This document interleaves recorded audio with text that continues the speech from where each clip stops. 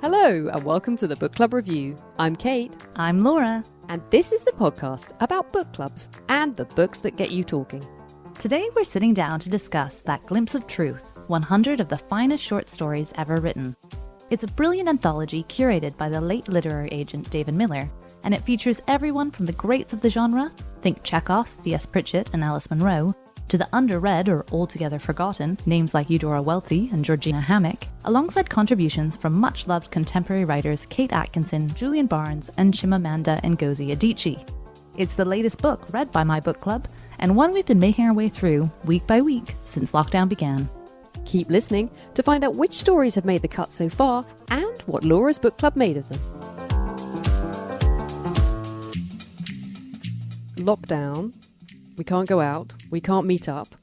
Reading habits have changed slightly. Things that we thought we'd be reading, suddenly we don't feel like reading anymore. So what do we do with our book clubs? What kinds of books do we turn to? Laura, your book club had a very good idea. Yeah, especially when lockdown began, I found it really difficult to focus on a proper novel. And when I was chatting over WhatsApp with my book club, lots of people felt the same. We still wanted to get together virtually. And I had the idea that we could read an anthology of short stories. I was actually inspired by Ted Chiang's Stories of Your Life, the collection that your book club read and we discussed a few months back now. And you'll remember we very much felt that at the time there were too many stories for one book club. There was just too much to discuss. Yes, that was episode 63. We concluded, didn't we, that you could have just done the one central story. There was so much to say about each of those stories. They felt so rich that actually you could very happily just sit for an hour and chat about just the one story. Exactly. And with that in mind, I thought, you know what? This would be a great way for us to connect regularly as a book club, but not to be too bogged down by commitments when actually I think everyone was reading for escapism or wasn't reading at all. So I put forward two short story collections to my book club that I had found online. One was the Penguin Book of the British Short Story, which had quite a serious, high literature cover. The alternative was That Glimpse of Truth, which is an anthology chosen by David Miller that has the subtitle 100 of the Finest Short Stories Ever Written. I mean, if you kind of scan it, both visually and that title, you might think it's a bit of a lightweight book. I don't know. It's a real marketing hook, isn't it? It has a beautiful cover. It's just this gorgeous illustration of a kind of simplified graphic of some books. And then it's almost like a church window that they're in. It's quite striking, but it does look quite accessible. Also, the title, That Glimpse of Truth, is it maybe a quotation from something? The thing is, I love this. I keep wanting to recommend it to people because it sort of feels so perfect to me, and I can never remember the name of the book. And even on Amazon, when I keep looking it up to kind of ping people the link, I always forget and I have to put in just short story collection. And actually, luckily, because it's fairly recent, it usually pops up like 2 or 3 down on the search bar. But yeah, That Glimpse of Truth. Yes, it's a Joseph Conrad quote, which you wouldn't know unless you read David Miller's introduction to the anthology, which I highly recommend. And the quote is, "My task, which I am trying to achieve, is by the power of the written word to make you hear, to make you feel. It is before all to make you see. That and no more, and it is everything. If I succeed, you shall find there, according to your deserts, encouragement, consolation, fear, charm, all you demand, and perhaps also that glimpse of truth for which you have forgotten to ask." That's so lovely. And that word consolation kind of springs out at me from that quote. We want words that are going to enrich us, challenge us, move us, console us. And you've kind of given it away already, but I'm so pleased to hear that you have enjoyed the collection. If you're recommending it to people already. I was only slightly daunted when it arrived. Obviously, you look at the little thumbnail on screen and it doesn't give much away. This is why I miss real bookshops so much. But when it arrived, it's actually very thick, and the paper is like Bible paper. It's kind of gossamer thin, and I was slightly, oh my, It's 946 pages. I am not going to be reading this from cover to cover, but then that's kind of wonderful about it, because I think there's no sense here that you would read it from cover to cover, is there? It's very much something where you look down the absolutely fabulous list of authors that have been included here in this collection, and you kind of cherry pick the ones that excite you the most or the ones that you feel is going to chime with your mood at that moment. And that's exactly what my book club have been doing. So the very first story we chose was Penelope Fitzgerald's The Redhead Girl. And actually, I'd never read Penelope Fitzgerald. Have you? Yes, The Blue Flower. Love I've her. read it. And that's true of almost all the writers we've chosen so far, excluding Alice Munro, but we'll get to her. And so the whole experience of this anthology has just been a treat for so many reasons, because it's given me a chance to talk to my brilliant book club every single week. We talk on Mondays at 7:30 for 40 minutes, because that's all you get on a free Zoom chat. And it just means we're super focused. And it's almost like being in a really brilliant university seminar. It's lovely. I thought some writers feel like old friends to me. You know, you see their names and you think, oh, great. But then there are other writers who very much in that category of like people I meant to read, but I've never got around to. Catherine Mansfield, she's been on my kind of meant to read list for the longest time. And they don't take that long, do they? Most of them are only a few pages. You could sort of polish off a story in, sort of half an hour, and then it's like you've tasted that writer's work. You finally can say, well, I've read Catherine Mansfield, because you have. You know, it's a really lovely way of getting to experience all these different voices that maybe if you waited to read a longer book, maybe would be waiting a while. And David Miller was a literary agent who actually died 2 years after this book at the really young age of 50. I think he died of cancer. So tragically, he's no longer with us. As I say, there's this great introduction to the collection where he says, any anthology is a weird, wonky wonder. The one you hold in your hands is no different. Are all the short stories selected here really the finest? Who says and why, let alone how? And then his voice opens up all of the short stories. And so just on that, of people who you felt like you should read, you know the name, but actually you're like, who were they? He has these little brief introductions. And so the second writer we read was W. Somerset Maugham. Had you ever read him? Yes. We did one of his once for book club. What's the really famous one by him? Ooh, I'll be able to tell you in 1 second. The Razor's Edge? The Painted Veil? Nope. No. Of Human Bondage? Of Human Bondage. Yes. We read Of Human Bondage for book club. I think what I could say to sum that experience up is that it hasn't stayed with me. Well, it's a name that I know, and I think it's a name that I know because he instituted a prize for young writers under 35. And as David Miller says as an introduction, that prize has been won by Kingsley and Martin Amis, Doris Lessing, Seamus Heaney, Angela Carter, Alan Hollinghurst, Kate Summerscale, William Fiennes, and many others. So the prize has actually become, I think, more famous than Somerset Maugham.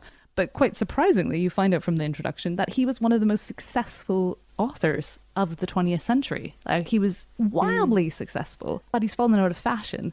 And we had great fun taking apart Mr. Know-All, which is about this incredibly xenophobic man who's basically throwing a Mardy because he has been stuck with a cabin mate, not of his choice, whose name is Mr. Collada. And Mr. Collada says he's an Englishman, but our protagonist is having none of this, and he takes an instant dislike to him. And it just goes on and on and on, and Mr. Collada's doing everything he possibly can to win this man over. He's the life of the ocean liner. And then there's a little twist at the end where Mr. Collada somewhat wins over our protagonist. But we had great fun trying to figure out whether Somerset Maugham had any idea that his protagonist was actually offensive, or really this was just him, putting forward his own ideas of empire and what an Englishman should be. Mr. Collada has dark curly hair and a Mediterranean complexion, so it's all a bit icky, but quite fascinating as a historical artifact as much as a short story. Yeah, good for discussion. Great for discussion. We also read Edgar Allan Poe's The Telltale Heart, which I have to say didn't give us too much to discuss, but still felt remarkably modern to me. Have you read that in the past? No, I don't know anything about him, really. The Raven? Quoth the Raven, nevermore. This one, The Telltale Heart, is written in the first person, and our narrator has just murdered the old man because of the old man's eye. And there's just so many exclamation marks, and the man is utterly crazy, but he's trying to explain why he's not crazy, even though he has killed this man for no reason, and ultimately confesses to his crime because he can hear the beating heart beneath the floorboards, which is where he's buried the man. Great fun. Not a huge amount to discuss. The other end of the spectrum was Alice Munro's The Children Stay, and I think you read that. I did read that one on your recommendation. I haven't read any Alice Munro before, and she is held up, universally acknowledged, isn't she, to be the sort of ultimate short story writer. It's what she's known for. She's supposed to be amazing. I thought this was very well written, but it felt very quiet to me. I almost read it and thought, didn't blow me away. Interesting. My book club were blown away, but it's very telling that you just picked up on its quietness, because I was just looking up some of her books and I came across a range of quotes from different luminaries. So you have Margaret Atwood saying, in Munro's work, nothing can be predicted, emotions erupt, preconceptions crumble, surprises proliferate. Jonathan Franzen, one of my least favourite authors, says she is one of the handful of writers, some living, most dead, whom I have in my mind when I say that fiction is my religion. And then perhaps more surprising, you have Lena Dunham, and she says, I am the perfect audience for her brand of quiet, seething feminism. And that's the thing. Her stories are all set in Canada, either in British Columbia, where I grew up, or in Ontario. Alice Munro lived in both places. And they're almost always tied to the domestic sphere and about women. But they usually have this real dark edge to them. And this one, The Children's Stay, which is about a young mother, she's only 26, deciding to leave her children, ostensibly to be with her lover, who she's been having an affair with, but actually just because she cannot bear the suffocating domestic life that she's experiencing. And the story jumps around from the present. The story was written in 1997, and this mother is looking back to 30 years earlier, which is when she left her daughters. And I didn't pick up on this at all, but someone in my book club was pointing out the incredible tense changes. They said Munro's practically showing off here, just in what she's doing with language and how she's shifting back and forth in time. Now, maybe you didn't catch that, because I didn't either. I didn't, but that also makes me think it's because it's so well done. It doesn't jar. You're not thinking as you read it, oh, this is written in such an extraordinary way. That's good writing, isn't it? When the writer can do that and you don't even notice because you're just absorbed in the characters and how they're feeling.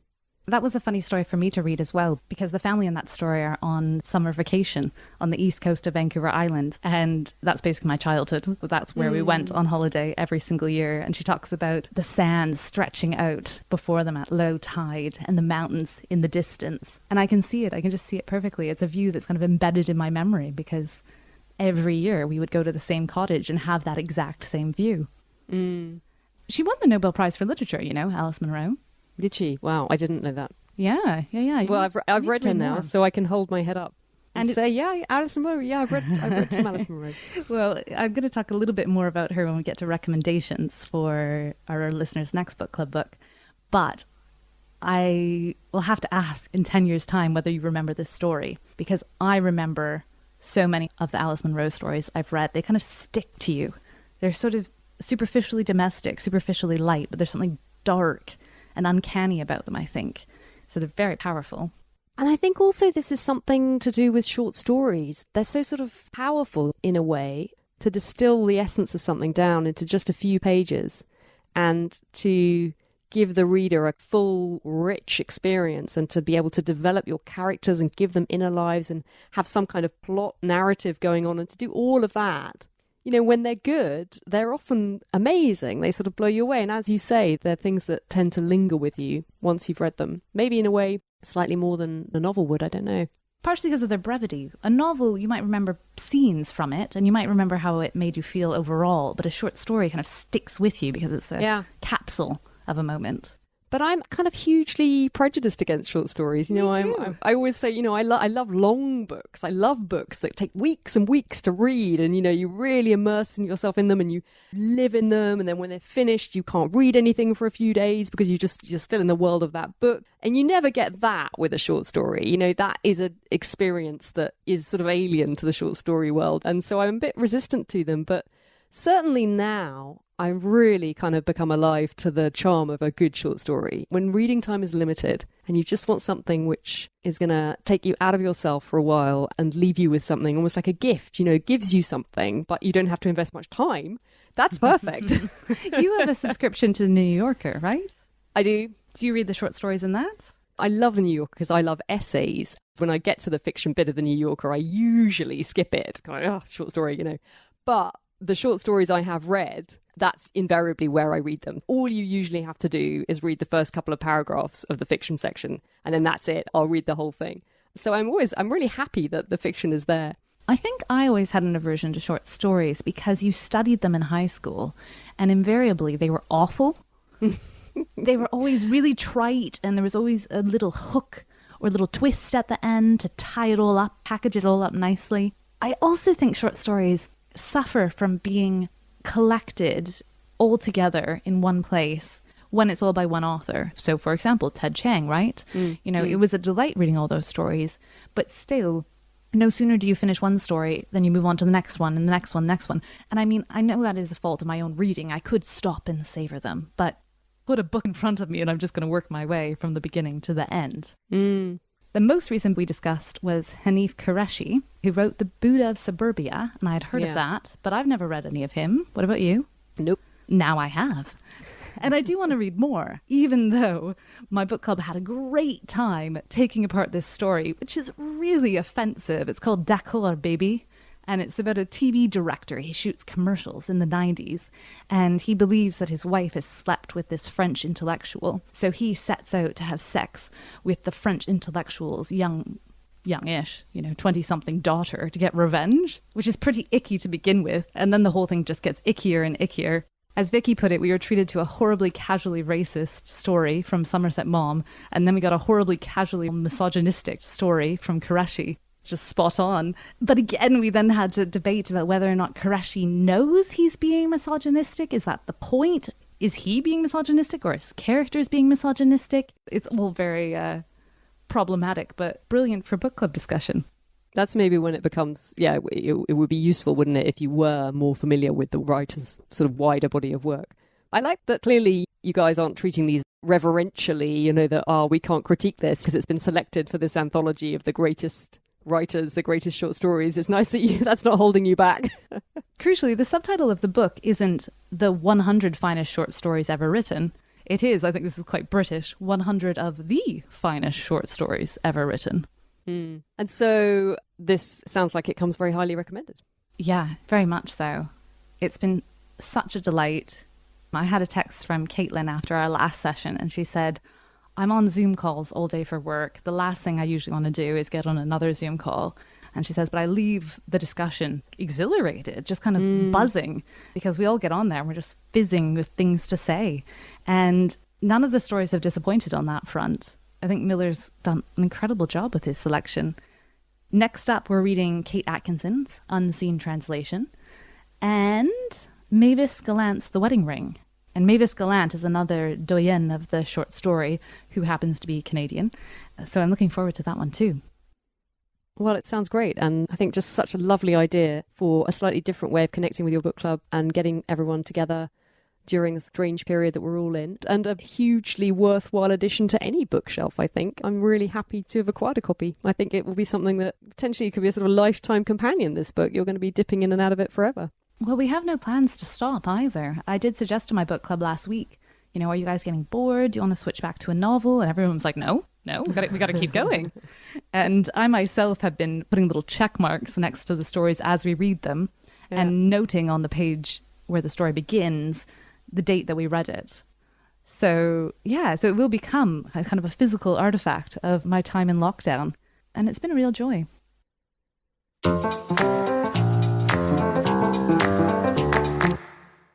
Inspired by that glimpse of truth, here are some recommendations for your next book club book.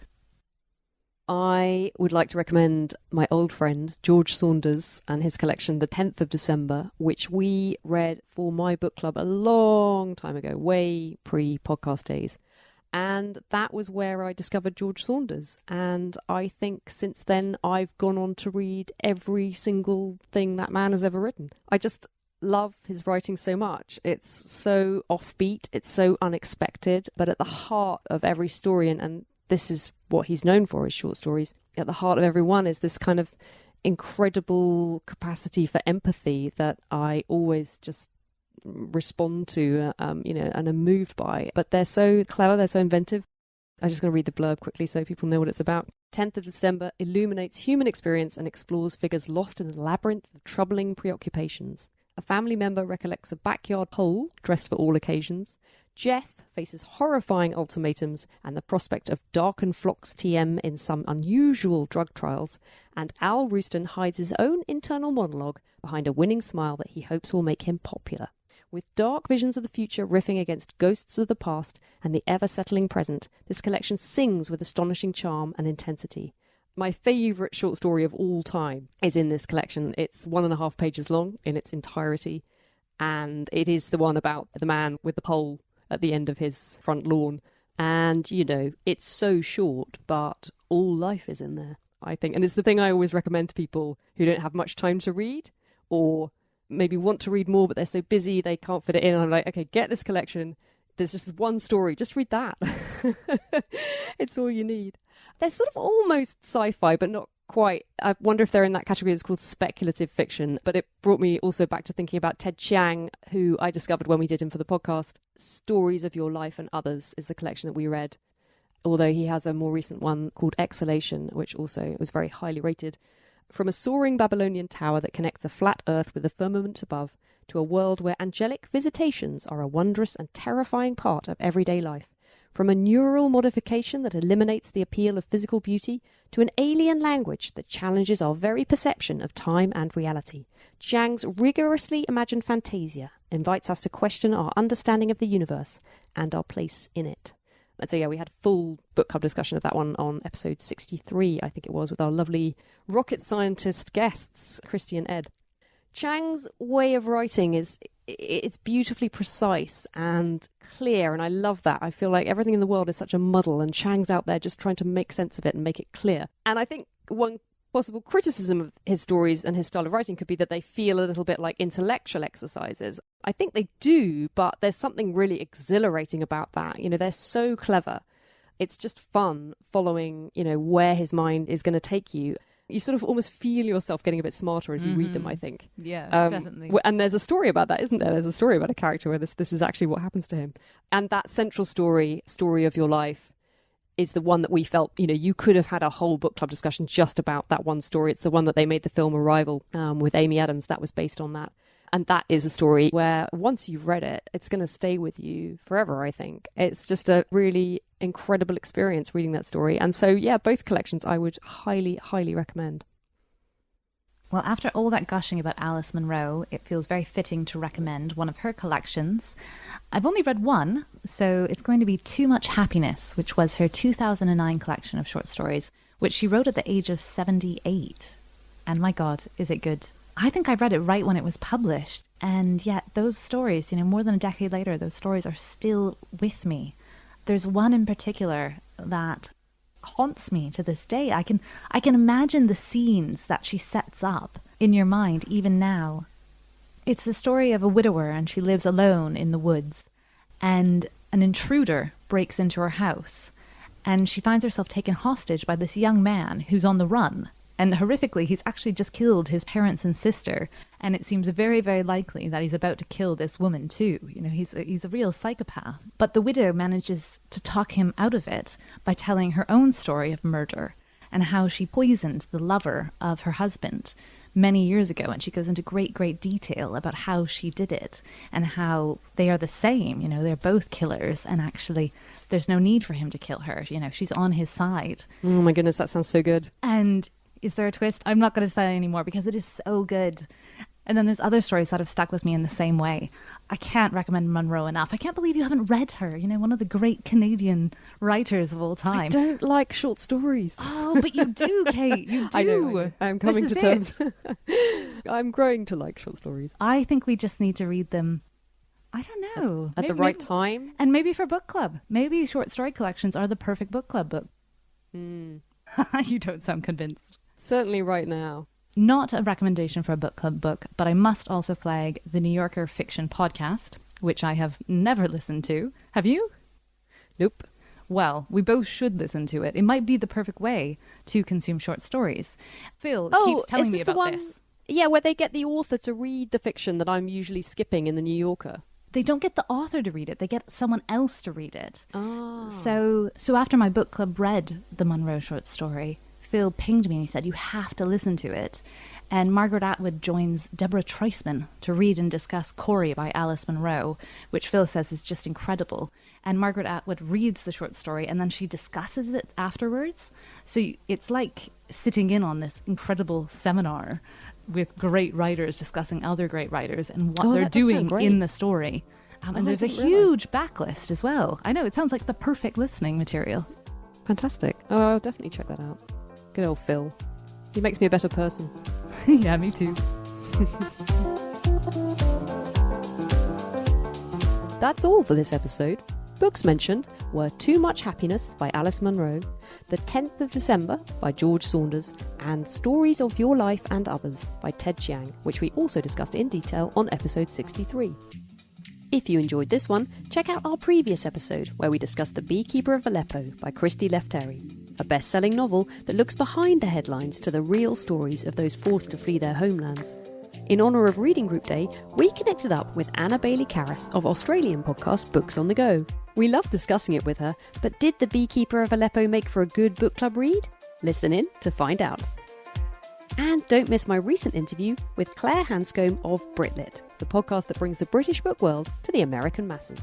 Listen in for her top recommendations for book club and her favourite lockdown reads. If you'd like to see what we're up to between episodes, follow us on Instagram or Facebook at Book Club Review Podcast, on Twitter at Book Club RVW Pod, or email us at thebookclubreview@gmail.com. And if you're not already, why not subscribe to us on iTunes or wherever you get your podcasts? If you like what we do, please do take a moment to rate, review and subscribe to us on iTunes. It helps other listeners find us and means you'll never miss an episode. But for now, thanks for listening and happy reading.